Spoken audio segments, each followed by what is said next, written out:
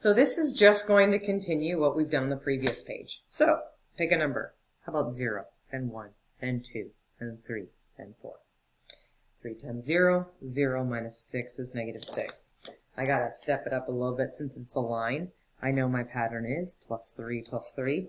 So I can plug it in and I can go 3 times 1 is 3 minus 6 is negative 3. Or I can just add 3 and I'm done. Now that means if I'm doing the inverse, instead of it being 0, negative 6, it should be negative 6, 0. It should be negative 3, 1. It should be 0, 2. It should be 3, 3. And it should be 6, 4. Okay. Well, I know if I'm doing the inverse, I have to start off by writing f inverse of x equals. Okay. So let's think about this. What's the first thing you did? The first thing you did here was you multiplied by 3, and then you subtracted 6. So that means if I'm going backwards, the first thing I have to do is what? Add 6. And then if this is being multiplied by 3, the opposite is divide by 3. So I divide the whole thing by 3. All right, let's see if I'm right. Negative 6 plus 6 is 0, divided by 3 is 0. Negative 3 plus 6 is 3, divided by 3 is 1. 0 plus 6 is 6, divided by 3 is 2, then so on and so forth. So now we're going to graph the original, and we're going to graph the new one. So down 6, up 1, 2, 3, right 1, 1, 2, 3, right 1. I could plot points, but I'm faster at this. Up 1, 2, 3, 1, 2, 3. Draw my line. Label it f of x. Now I'm going to do the inverse. This one isn't as easy, but if you're cool, which all of you can be cool, there's an imaginary 1. That could be 1/3 x plus 2. So that could be up 2, up 1, right 3, up 1, 1, 2, 3, down 1, left 3, down 1, left 3. Oops, I'm kind of off, but you get it. And that's f inverse of x. I want you to notice something. Hopefully you'll notice it. I want you to notice that if I literally cut this in half like this way, and I folded this on top of, watch this.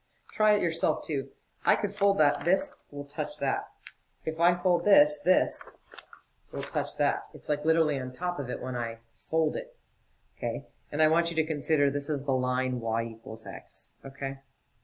Which means 1, 1, 2, 2, 3, 3. When I fold my paper on that, the inverse is on top of itself, okay? Let's do the next one.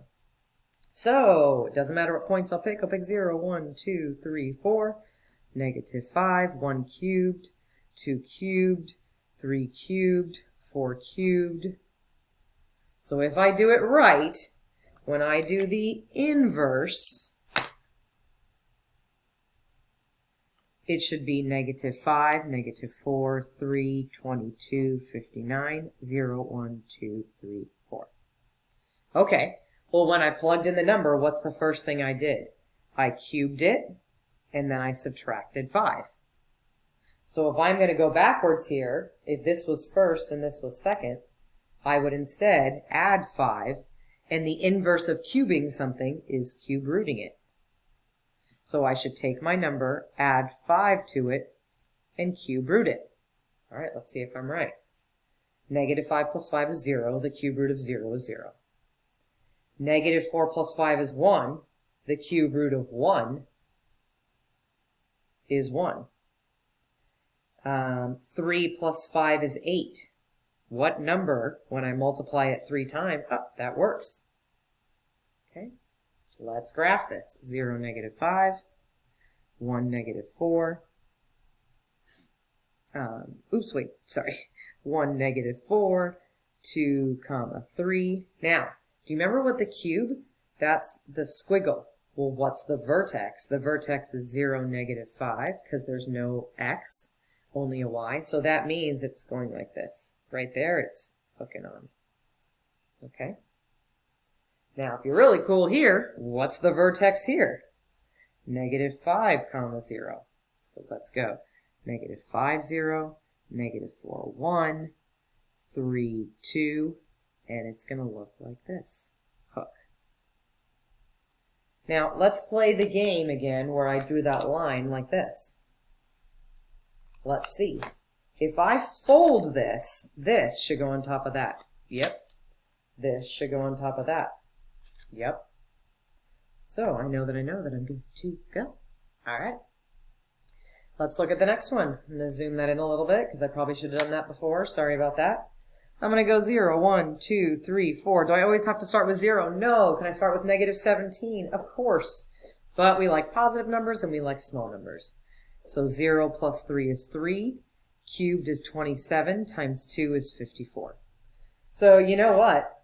That's going to give me really big numbers. So maybe I should be using negatives to make it smaller so I can actually graph it. Negative 1 plus 3 is 2. Cubed is 8 times 2 is 16. You're going to need to do this yourself, okay? Negative 2 plus 3 is 1. Cubed is 1 times 2. That's 0. And then negative 1 cubed is negative 1, and that would be negative 2. Okay. What is the vertex? Negative 3, 0. Which means what should be the vertex? Look at this. 0, negative 5. Ah, negative 5, 0. So what should the vertex be for the inverse? 0, negative 3. Now when we're doing the inverse, what's the first thing I write? F inverse of x. If I'm doing this, 54, 0, negative, wait, oops, sorry, 16, 2, 0, negative 2, negative 1, negative 2, negative 3, negative 4. Okay. So what's the first thing I did? I added 3. Then I cubed it, and then I multiplied by 2. So if that's the case, what's the first thing I should do? Divide by 2. Instead of cube it, it would be cube root it. And instead of adding 3, I should subtract 3. So let's try that. Take my number, divide it by 2, cube root it, and subtract 3.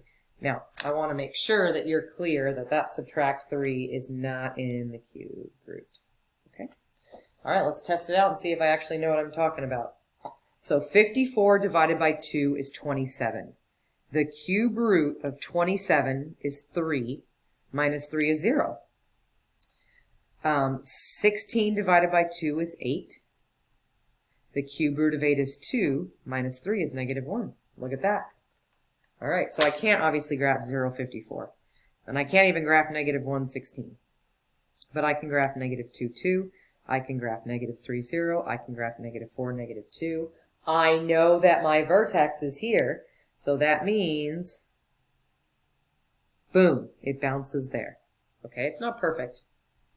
54, I can't do that. 16, negative 1. 2, negative 2. 0, negative 3. Did I do that right? Negative 2, negative 4. What is my vertex? 0, negative 3. What is it doing? Bouncing. Okay, this isn't perfect. And if you're like, I don't get it, graph it on Desmos and you'll see it look a lot better. Okay? What can I do though? If I fold it over the line, y equals x, that, boom, goes there. This, boom, goes there. So I know that I'm good. 2, go. All right. We got one more. This is just going to be homework because I can't. You get it. Okay? That'll be homework. And then this, they want you to do what you did before. So this is also homework. So far you have 1 page of homework. I don't need to go over this one. Okay? This one, they want you to take 2, put it in for the input, and then get the output. Then this time, if you have the output, what would the input be? This one. Okay. I'm going to go over these because this is homework help, and then you'll do these problems here. All right? This is an introduction to what we've done in the beginning of the year, but you probably forgot. So some of you can probably go, oh, it's 4, because I just know that 2 to the 4th power is 16. But what if I wanted you to prove it algebraically? If I wanted you to prove it algebraically, I want you to focus on making the bases the same. Okay? We did this a long time ago in a review worksheet, but we probably forgot. So I can make something big smaller. Like I can make myself physically smaller. But if you ask me to make myself bigger, that's more difficult. So I will adjust this one to this one. So I'll keep the little guy. You can stay 2 to the x. I know 16 is the same as 2 to the 4th. Look, they now have the same base. Boom, x equals 4. Okay, and I actually don't have to do anything there.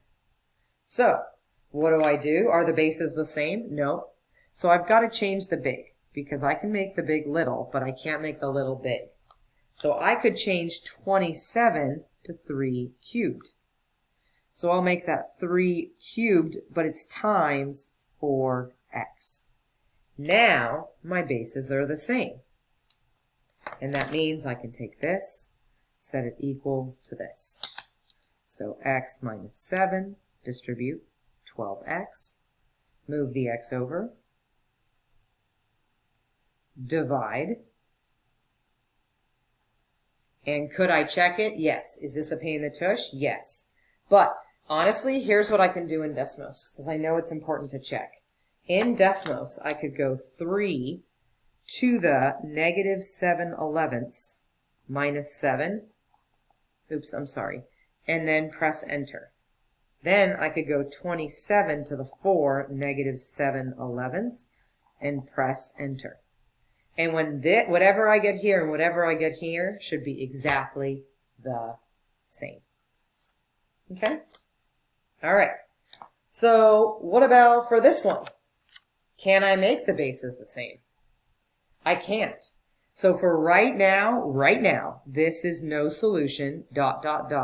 It will be in the upcoming lessons. But for right now, I cannot make the bases the same. No solution.